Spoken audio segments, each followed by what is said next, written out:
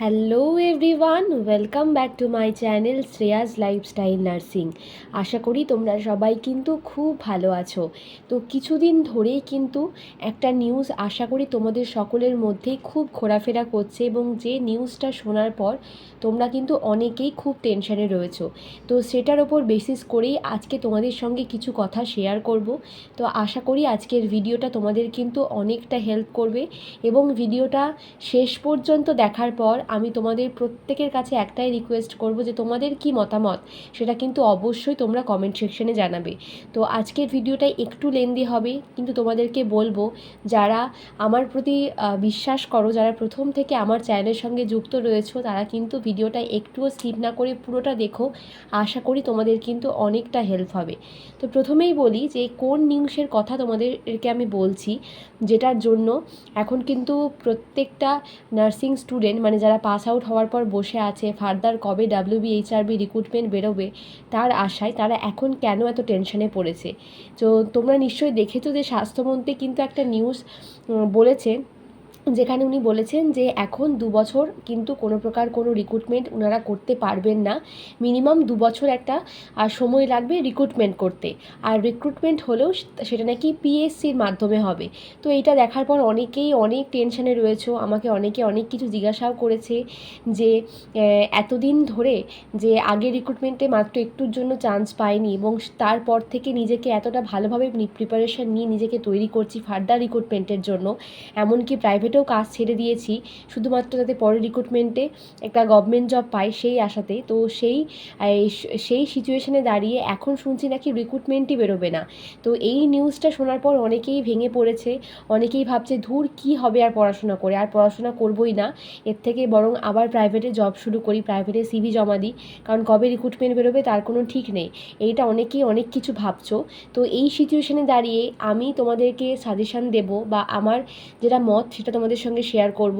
আশা করি এটা কিন্তু তোমাদের অনেকটা হেল্প করবে। তো বলবো যে সম্পূর্ণ আমার মতামত, যার ভালো লাগবে সে নেবে, যার ভালো লাগবে না সে কিন্তু স্কিপ করে যেতে পারো।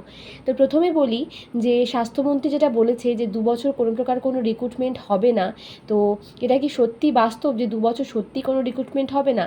তো দেখো আগের ইয়ারগুলোতে লক্ষ্য করলে বুঝতে পারবে যে আগে কিন্তু প্রতি বছর রিক্রুটমেন্ট হতো, কিন্তু তারপর হঠাৎ করে 3 বছর পুরোপুরি গ্যাপ, সেখানে কোনো প্রকার কোনো রিক্রুটমেন্ট নেই। তারপরে কিন্তু একটা খুব কম সংখ্যক রিক্রুটমেন্ট হলো, এবং যেখানে বেশিরভাগ ক্যান্ডিডেটই কিন্তু বসে থাকলো পরের বছরের রিক্রুটমেন্টের আশায়।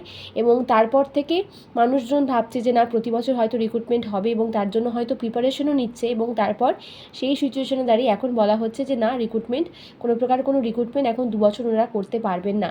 তো আমি তোমাদেরকে সাজেশান দেবো যে 2 বছর হয়তো ওনারা কোনো রিক্রুটমেন্ট করতে পারবে না, তো 2 বছর পরে গিয়ে তো নিশ্চয়ই একটা রিক্রুটমেন্ট হবে। তো সেই দিনের জন্য নিজেকে প্রিপারেশান নাও, সেই দিনের জন্য নিজেকে এতটাই স্ট্রং তৈরি করো যাতে সেই বছর গিয়ে তোমাকে না আর ফিরে আসতে হয়, তখন যেন বলতে না হয় যে আরেকটু ভালোভাবে প্রিপারেশান নিলে হয়তো চান্স পেয়ে যেতাম, বা আরেকটু খাটলে হয়তো চান্স পেয়ে যেতাম। তাই বলবো যারা আগের বছর রিক্রুটমেন্টে হয়তো চান্স পাওনি, বা যারা যারা নতুন ক্যান্ডিডেট রয়েছো, যারা হয়তো প্রিপারেশান শুরু করে দিয়েছো এবং নিজেকে এতটাই ভালোভাবে স্ট্রং তৈরি করেছো যে হয়তো রিক্রুটমেন্ট ছাড়লে তারা কিন্তু সত্যি এবার গভর্নমেন্ট জবটা পেয়ে যাবে, তো সেই প্রিপারেশান কিন্তু খবরদার কেউ বন্ধ করো না।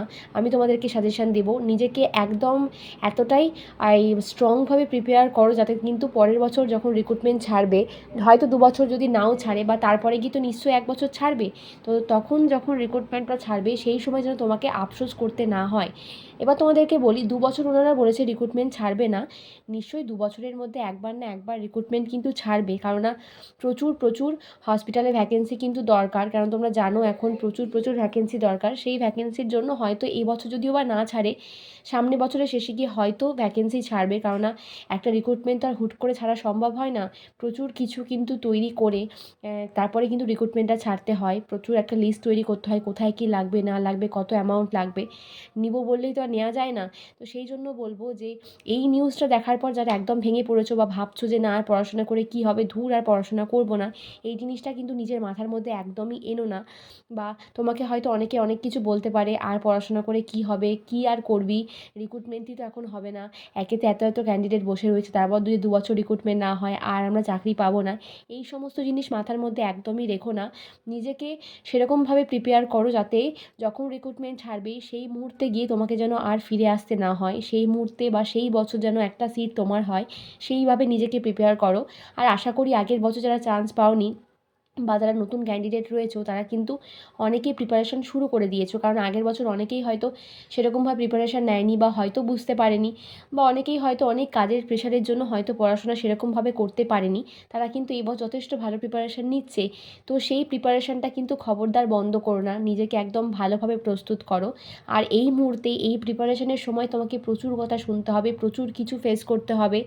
কারণ আমি তো জানি, আমি সেই মুহূর্তে অনেক কিছু ফেস করেছি, সেই মুহূর্তে অনেক লোকের অনেক কথা শুনেছি, এবং সেই জন্য বলছি এই যে প্রিপারেশান জানি সেটা কিন্তু খুব কঠিন। তো সেই জন্য তো নিজেকে সেইভাবেই তৈরি করো, কারো কথায় কান দিও না। কারণ 1 বছর বা 1.5 বছর পরে গিয়ে যখন রিক্রুটমেন্টটা ছাড়বে, আশা করা যায় তখন যে তোমাকে ফিরে আসতে না হয় সেরকমভাবে নিজেকে প্রিপেয়ার করো। আরও একটা কথা বলি যে পিএসসির মাধ্যমে রিক্রুটমেন্ট, এটা হয়তো তোমরা শুনে অনেকেই একটু ভয় পাচ্ছ, তো সেটা নিয়ে কোনো ভয় পাওয়ার কোনো কারণ নেই। কারণ আমাদের recruitment West Bengal health recruitment board, এবং সেখান থেকেই কিন্তু রিক্রুটমেন্ট করা হয়। এবং আশা করা যায় যে যেহেতু সিবিটি চালু হয়েছে, সিবিটি নিশ্চয়ই থাকবে, আর ফার্দার যদি কোনো কিছু অ্যাড হয় সেটা হবে। কিন্তু ধরে রাখো এবং নিজেকে সেইভাবেই প্রিপারেশান নাও যে আগের বছর যখন এক্সাম দিয়ে রিক্রুটমেন্টটা হয়েছে, পরের বছরও কিন্তু এক্সামটা হবে, তো সেভাবেই নিজেকে প্রিপেয়ার করো। আর আরও একটা কথা বলি যে এই নিউজটা দেখার পর অনেকেই কিন্তু প্রিপারেশান বন্ধ করে দেবে।